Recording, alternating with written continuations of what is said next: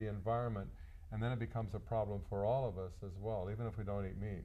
Yeah, because we are starting to face a problem now in our water supply and the quality of the water also.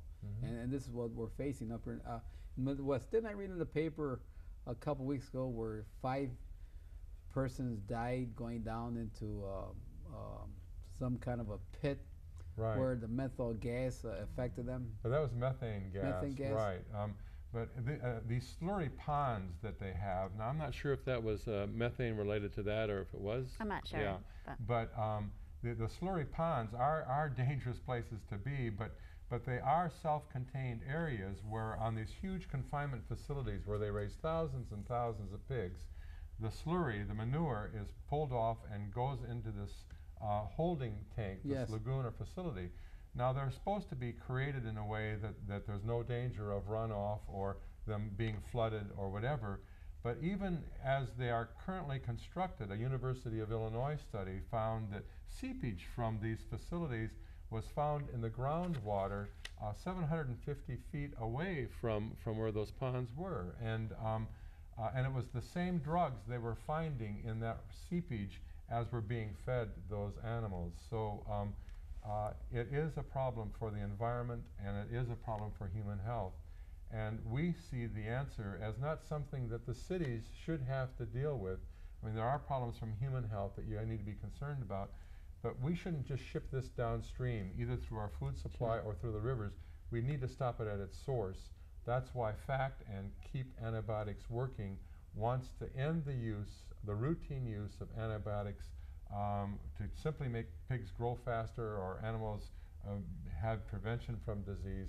We want that to end on the farm. No, we live up here in God's country, in Illinois. They call this God's country because of our fine farmland. Right. And I guess God's country is all in the Midwest here because of our farms.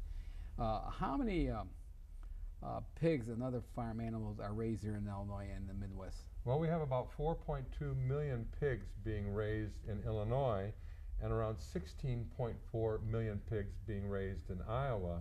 So we're a real center of, and most of those animals are being raised inside in highly concentrated areas that are then creating, tons and tons of pounds and pounds of waste that have to be addressed.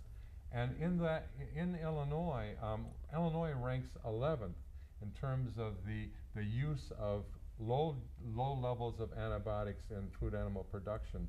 So we're 11th on the scale. Iowa's number 2 on the scale. Oh. And so in terms of this practice of feeding antibiotics to healthy animals, we're right up there in the upper percentile, causing the problems then that we have to deal with our food and our environment. And on the screen we show a farm to kitchen on the screen right here, and so all of this livestock, as you mentioned, pigs, cattle, and chicken. They give them all of this antibiotics, and we bring it right to the kitchen. There. That's right. We want to make, and Keep Antibiotics wants to make our breakfast and our dinner tables a safe place to eat. And we don't want to have to sit down and worry about whether we're ingesting resistant bacteria that's going to make it difficult for us to treat illnesses later on. So we want to go back to the farm and have the practice of feeding antibiotics to food animals that are already healthy. We want to see that practice stop. As I mentioned, I'm a commissioner at the Metropolitan Water Reclamation District of Greater Chicago, and we're having study sessions on how to dispose of pharmaceutical drugs because our government gave us a couple of ways to dispose of them. Rich, one is if you have cat litter, you mix it with your cat litter. If you drink coffee, you mix it with your coffee grounds. And they suggest use some of it to flush down the toilet, which we do not approve.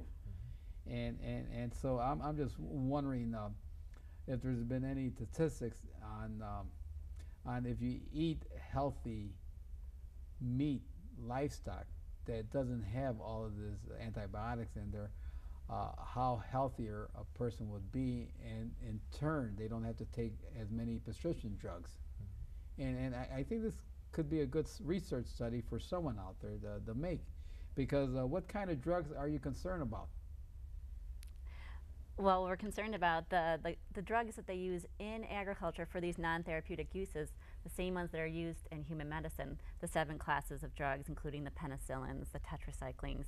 And in answer to your question, which was, you know, we're taking so much drugs that if we eat right.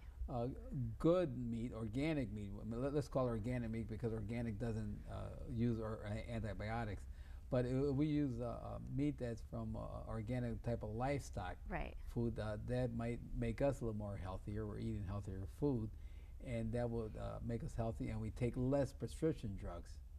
And then we have less to dispose of and less going through our human way and our True. system. I mean, they have shown, like with grass-fed beef, where antibiotics are not used, that grass-fed beef does have some qualities to it that are better for you than if you're raising beef that was raised conventionally.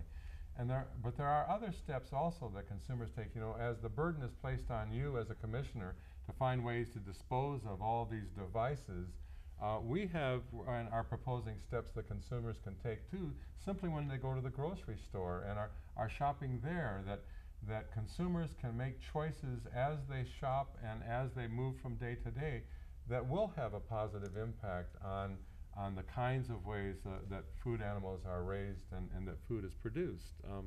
Yeah.